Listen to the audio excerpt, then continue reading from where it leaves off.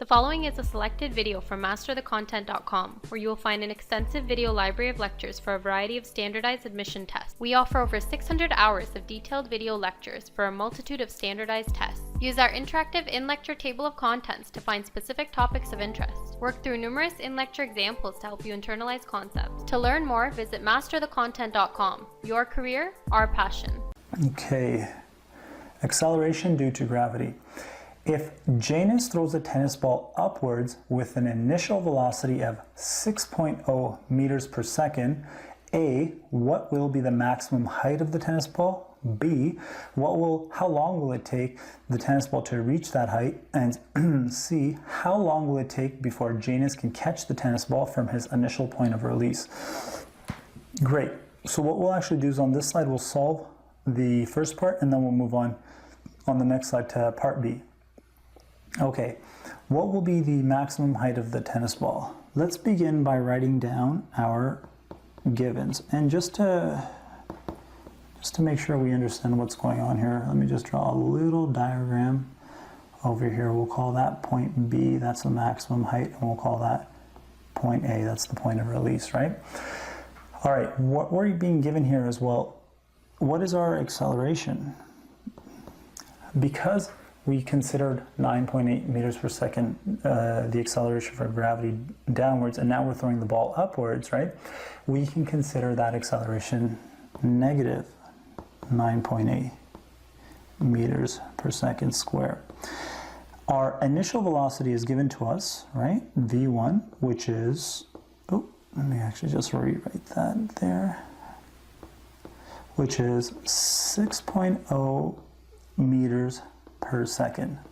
Now, what about V2?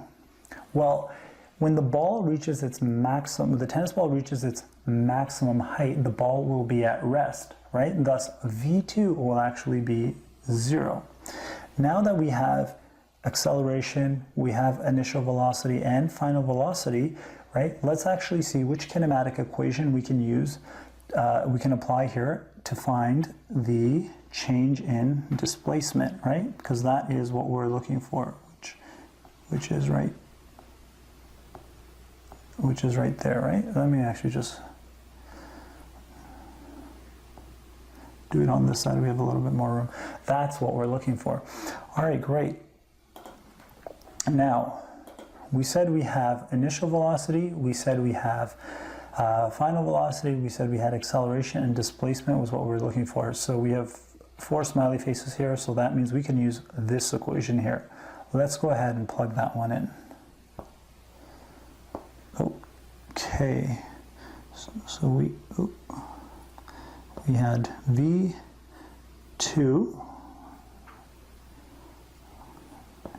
right? That's going to be square. Oh, this pen is a little finicky. Okay, and that's going to be our initial velocity plus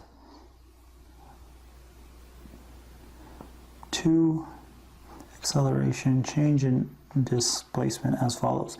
Now, if we go ahead and we just isolate for our displacement, right, we know that V2 is 0, right, so we don't have to worry about that value, and our initial velocity squared over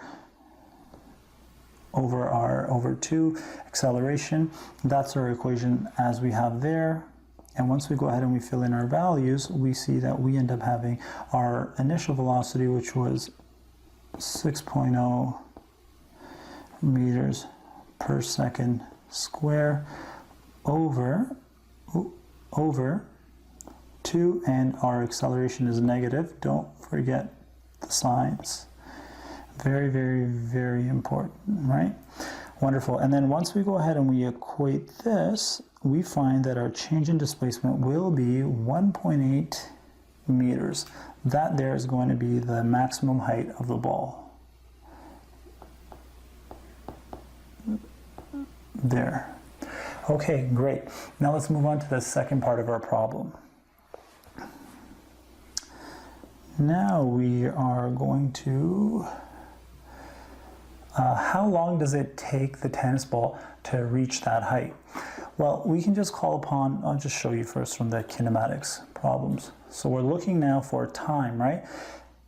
Let's just use this equation because it's very simple and we can just get to our answer. Wonderful. And again, this is just our acceleration equation, right? Perfect. Thus, we can say that v2 is equal to v1 plus acceleration change in time. Great. And we know that we're now looking for the time, right? Thus, once we go ahead and we isolate for our equation, we end up getting the following.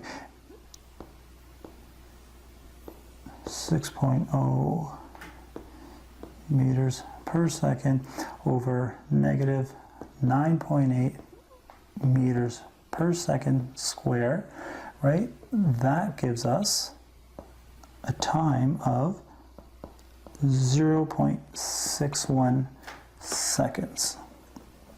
Thus, to reach that height, right, of 1.8 meters, right, it's going to take the ball 0.61 seconds.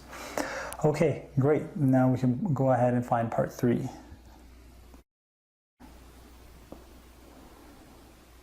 Wonderful. Just get my pointer here.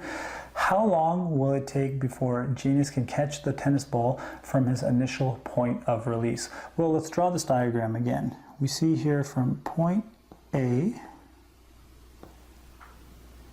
to point B and then point C. Because there is symmetry taking place here, we know that for the ball to go from point A, that being the initial point of release, to point B, reaching the maximum height, and then point C, catching the ball at the same exact position, that it's going to take, because there's symmetry, it's going to take, the time is going to be analogous for the ball to go up and come down. And that time is just 0.61 seconds for it to go from 0.61 seconds for the ball to go from point A to point B, and it's also going to be another 0.61 seconds for the ball to go from point B to point C. Thus, T total is just going to be 0.61 plus 0.61 seconds, right? And giving us 1.22 seconds. That's going to be the total time for the tennis ball from the point that the tennis ball leaves Janus's hands to the point it comes back to his hand at the initial point of release. Now, one other thing that we should just note as well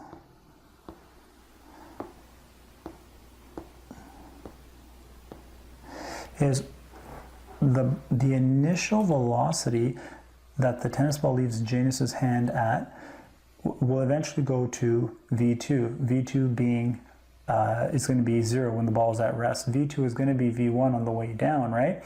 And then V2 on the way down, right? So at the velocity that Janus catches the ball with, right? V1 will actually equal V2. And what that's telling us is that the velocity that Janus releases the ball with, right, equals the velocity that he's going to catch the ball with.